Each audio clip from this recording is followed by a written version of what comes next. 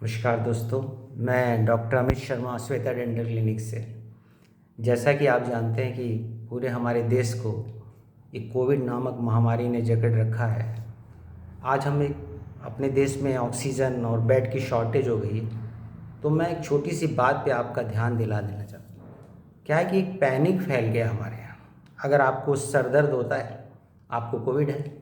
आपको जुकाम हो गया, आपको कोविड है। गला खराब है, आपको कोविड है। लूज मोशन हो गया, आपको कोविड है। बॉडेक हो गया, आपको कोविड है। तो ये जो पैनिक फैल गया है, इस वजह से ये ये एक मिथ है दोस्तों। क्या है कि दोस्तों, अगर आपको जुकाम, ज़रा नोट करिएगा, जुकाम, बुखार, खांसी, सिर दर्द या आपका पेट खराब है और आपको माइल्ड फीवर है, जैसा नॉर्मल हम लोग वायरल फीवर्स में देखते हैं, दोस्तों आपको कोविड नहीं है।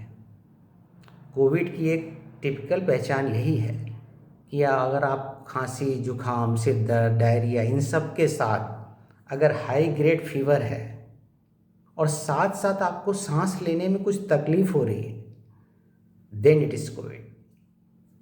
लेकिन इतना पैनिक फैल गया है गलत मिसअंडरस्टैंडिंग से, जगह जगह व्हाट्सएप पे मैसेज से और कुछ गलत इंस्ट्रक्शन से कहीं कहीं दी जाती हैं। इससे जिसको भी ज़रा सा बुखार या कोविड हो रहा है, वो समझता है मुझको कोविड हो गया।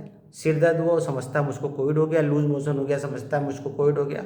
वो अस्पताल जाता है, उसका टेस्ट होता है, वो इमीडिएट किट से उसमें वो पॉजिटिव दिखा दे रहा है।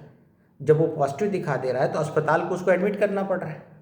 अस्पताल ने उसको एडमिट कर लिया, एडमिट कर दिया तो साहब वहाँ एक बेड घिर गया है। और ऐसे 90% पेशेंट ऐसे हैं जो एसिम्प्टोमेटिक हैं, जिनको फीवर है, उनका गला ख़राब है, उनको बॉडेक है, लूज मोशन है और वो कोविड में पॉजिटिव हैं टेस्ट में, उन्होंने बेड ऑक्यूपाई कर लिया। लेकिन अगर आप जाएं उस वार्ड में देखें, मुझे जाना पड़ा था एक पेशेंट को एडमिट कराने, मैंने देखा वो टोटली एसिम्प्टोमेटिक है, आराम से व्हाट्सएप देख रहे हैं, फेसबुक चला रहे हैं, पर उनको रिक्वायरमेंट नहीं है ऑक्सीजन की और वो एसिम्प्टोमेटिक है। हाँ, वो पॉजिटिव है इसलिए उनको एडमिशन मिला है। दोस्तों, इससे हुआ क्या है, इससे पहले बेड ऑक्यूपाई हो चुके हैं और वो 10% लोग जिनको कोविड इन्फेक्शन से सांस लेने में तकलीफ है, वो बाहर वेट कर रहे हैं, उनके लिए वो बेड्स खाली नहीं है। इससे एक पैनिक फैल गया, हमारे यहाँ बेड की शॉर्टेज हो गई, हमारे यहाँ ऑक्सीजन की शॉर्टेज हो गई है और वो पेशेंट जिसको एक्चुअल एडमिशन मिलना चाहिए वो वहाँ पहुँच ही नहीं पा रहा है, उसकी बाहर बेचारे की डेथ हो जा रही है, उसको ऑक्सीजन ही अवेलेबल नहीं है। तो मेरा ये मानना है दोस्तों, पहले तो हम इस पैनिक को दूर करें। अगर हमें सिर्फ खांसी, जुकाम, बुखार, सिर दर्द या डायरिया है, आप विश्वास मान लीजिए, रिजल्ट उठा के देखिए, 90% लोग ठीक हो रहे हैं आज भी। ये बड़े बड़े एक्सपर्ट आपके बताते होंगे, आप टीवी में रोज़ देखते हो, ये 90% लोग यही हैं। लेकिन पैनिक की वजह से वो अपना टेस्ट करा रहे हैं और बेड ऑक्यूपाई करके बैठ गए। तो जो 10% लोग हैं जिनको सांस लेने में तकलीफ आई, एक्चुअल कोविड जिनको है, उनको बेड नहीं मिल पा रहा है। और दूसरा सेकंड, जो इस वायरस का जो सेकंड का जो इसमें इसका जो आउटकम है फीवर का, वो थोड़ा लॉन्ग लास्टिंग, जैसे 7 से 10 दिन ले रही है। तो 7 से 10 दिन उसको फीवर आएगा और वो निगेटिव नहीं बताएगा टेस्ट, तो 7 से 10 दिन तक वो एक बेड ऑक्यूपाई करके रखता है अननेसेसरी।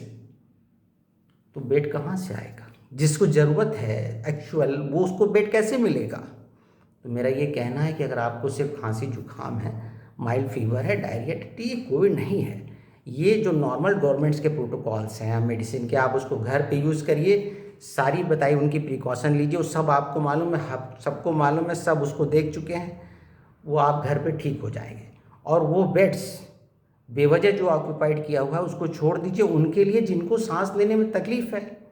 आप मेरा विश्वास कीजिए दोस्तों, अगर ऐसा हुआ तो इससे 3 फायदे होंगे। एक तो जिसकी रिक्वायरमेंट है वो वहाँ पहुँच जाएगा, तो बेड की शॉर्टेज ख़त्म हो जाएगी, उसको एडमिशन मिल जाएगा, उसको एडमिशन मिल जाएगी तो उसको ऑक्सीजन मिल जाएगी।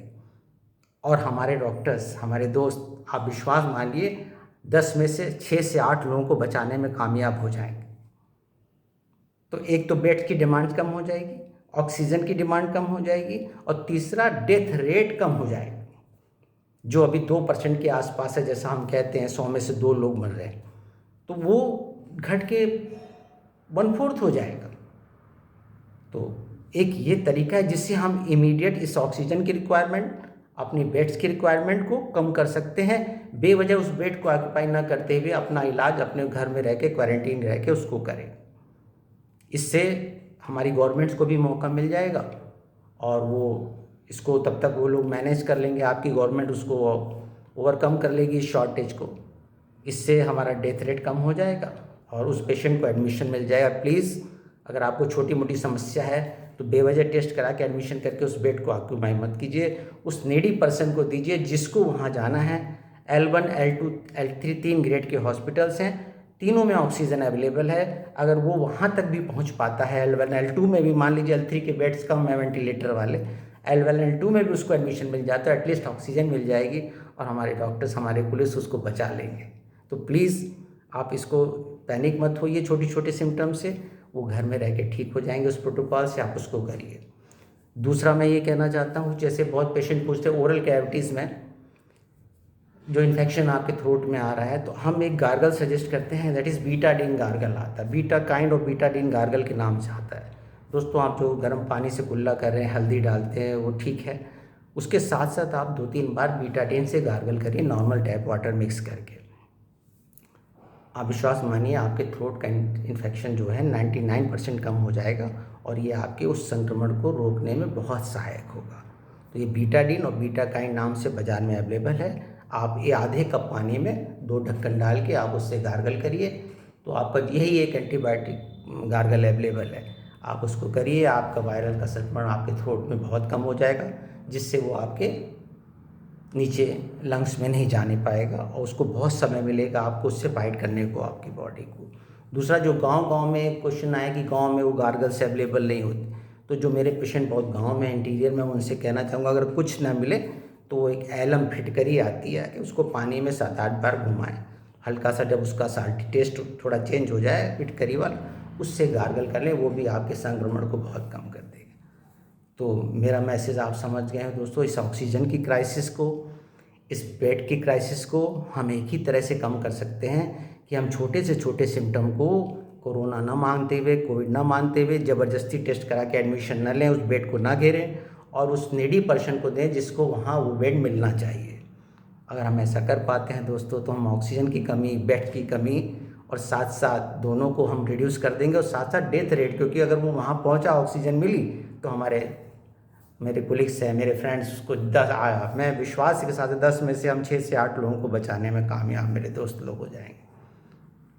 अपना ध्यान रखिए, मास्क लगाइए, बेवजह घर से मत निकलिए और बेवजह पैनिक मत होइए।